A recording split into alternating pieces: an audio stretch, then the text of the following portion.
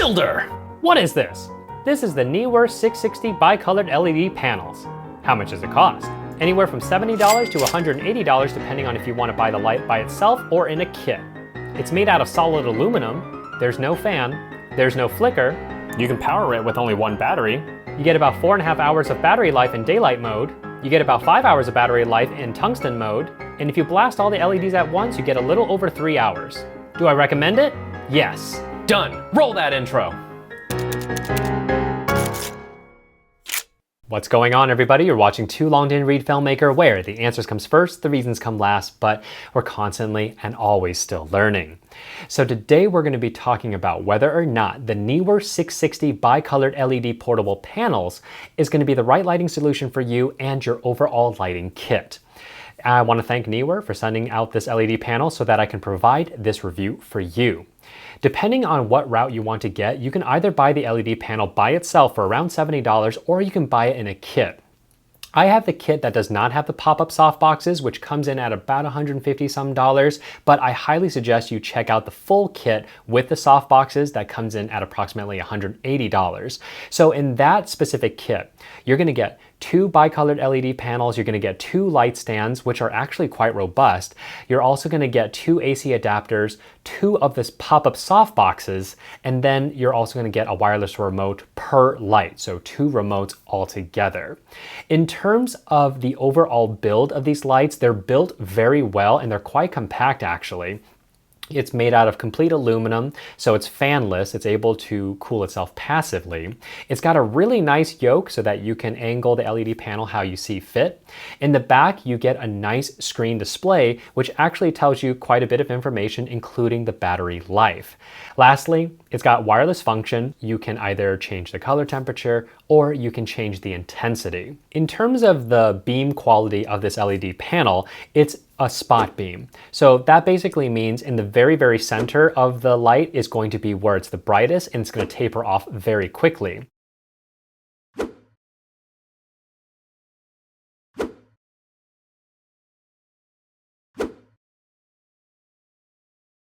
The Neewer softboxes that I reviewed last time, if you didn't use the softbox at all and you just used the bare LEDs, that's a flood beam where it's going to shoot a light evenly across or as even as possible, and it's not going to taper off that quickly. So I'm going to show both of those results right here. Same test as always. I am 6 feet away from this wall, f2.8, 1/60th of a shutter speed, in ISO 400. And in terms of the tests I'm showing you, I am showing you the 660s without the diffusion cover in the front and with the diffusion cover in the front. And as far as the softbox goes, I have it where it's just the bare LEDs or with the diffusion on. The lux readings are as follows and they are labeled right there for you. One awesome thing about this LED panel is the fact that it is portable, so you can use 2 Sony NPF batteries to power this light. So I'm using 2 of my largest Sony NPF batteries, my favorite ones made by Castar. I will leave a link review right up here for you because I love these things. I love how you can recharge it through a USB cable. So anyways, at full brightness, in daylight mode, I was able to get approximately 4.5 hours, a little bit more than that. And in tungsten, I was able to get a little over 5 hours. If you go at 4400 Kelvin, where all the LEDs are blasting, you're gonna get a little over 3 hours. Now, you have to kind of take this into account. As you get about 10 minutes left of battery, the LED does start to dim down on its own. So if you notice that suddenly you're on the last battery bar and then you notice that your exposure suddenly dipped, it's probably a good time to change the batteries out.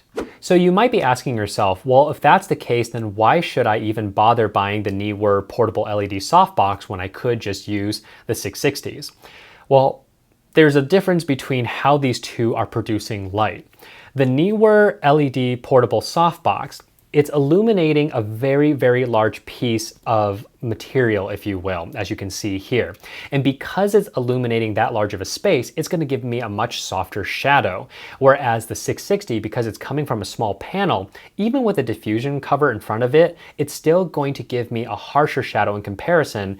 And if you look at the wall behind me, it's actually going to cast my shadow towards that wall much easier than the Neewer portable LED softbox. So what's the bottom line here? Which kit should you actually get? Should you get the 660 full kit with a softbox, or should you get last week's portable LED softbox? And I have to say, if you can, you should try to get both. And when I mean both, I say get the portable LED softbox, and so that you basically get this really, really large source.